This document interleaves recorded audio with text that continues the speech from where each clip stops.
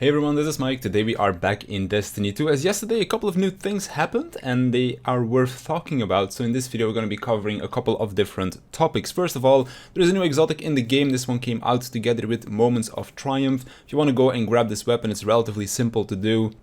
Questline is a little bit lengthy in my opinion because there's some RNG involved, but basically just do the weekly story mission that you get from the Prismatic Recaster, and once you finish that story mission you immediately are given the exotic quest, follow the steps, and then you basically get your weapon towards the end. It's pretty easy to do, pretty fun quest as well in my opinion, and the weapon that you get is pretty cool as well. It's a exotic trace rifle. Whenever you kill an enemy with it, it drops a relic, as it is called, basically a ball. And once you pick it up, you can attack with it, melee attacks. You can also do some kind of a jump smash attack, which will basically consume all of the ammo or duration that you have left on the orb.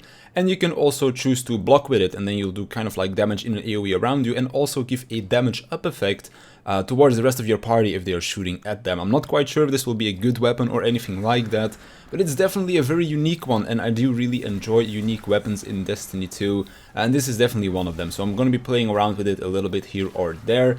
Now, there is also an exotic catalyst for this weapon already in the game. The way you get it is very simple: kill an enemy, grab a relic, and then kill an enemy with said relic, and that will drop the catalyst for you. I believe it is 100% guaranteed drop chance or something like that, so pretty easy to get. To finish the catalyst, you just need to kill a bunch of enemies, but alternatively, you can also get a bunch of progress by killing the Eyes of Savathun. There's 50 around in the world. There's a couple of videos on YouTube already where with all of the locations and stuff like that.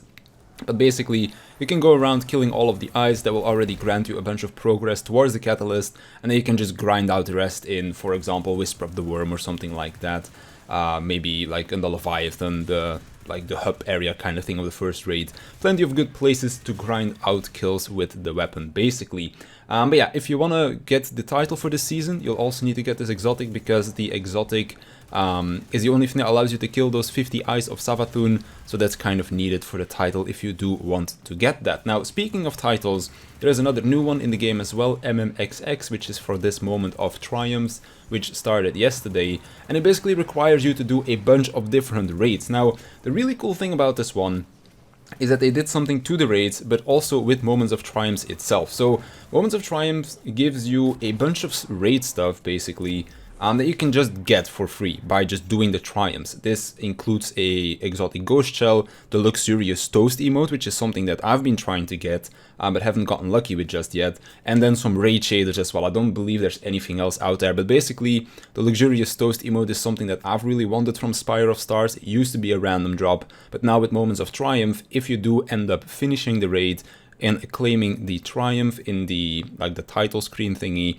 then you basically get the emote right there as well. Now, together with that, they made some changes to all of the raids. Basically, it's some incredibly quality of life stuff in my opinion. Now, first of all, they've made it so that all of the raids except Last Wish and Garden of Salvation have become farmable, meaning you can spam it as much as you want on one character and still keep getting rewards from it. All except the secret chest. So for example, when it comes down to some chests that you get halfway through the map or something like that, you don't get those all the time. It's only the raid chests, the encounter chests, that keep respawning for you. Now, you might be wondering, why would I want to farm raids that are getting vaulted and then basically the gear is not up to par either? Well, the really cool thing is that all of the gear was brought up to the maximum power level of 1360 to be having as an infusion cap for with the armor sunsetting and that kind of stuff. Now, that only is on the armor, so when it comes down to weapons and stuff, that is still getting vaulted at the end of this season, or well, basically will be locked at 1060, but all of the armor will be brought forward into the next expansion and will be good for another year. So you kind of have more incentive to do these raids now. On one hand, they're all going away, so maybe you want to run it once or twice again, kind of to have a last run of the raid before they go away, but on the other hand, you can still get good gear from it. There are also some modifications. I'm more specifically looking towards Last Wish, Scourge of the Past, and Crown of Sorrow. But there are some mods that are very specific for Taken, Fallen, as well as Hive, that only fit on those raid pieces. So for example, if you want to go do the newest dungeon, Prophecy, you most likely want to have some Taken mods like Taken Barrier, Taken Invigoration, something like that. And those are mods that only are usable on Lost Wish gear, so you do need to get the gear from that, and the same goes for Fallen as well as Hive mods, that they only work on Scorch of the Past as well as the Crown of Sorrows gear. So that's why it's really cool that these mods are basically being extended for another year going into the next expansion, meaning that they will be able to be used in a new dungeon, or for example when the new raid comes out or something like that, if it is indeed going to be Fallen themed. So really cool stuff about all of those things.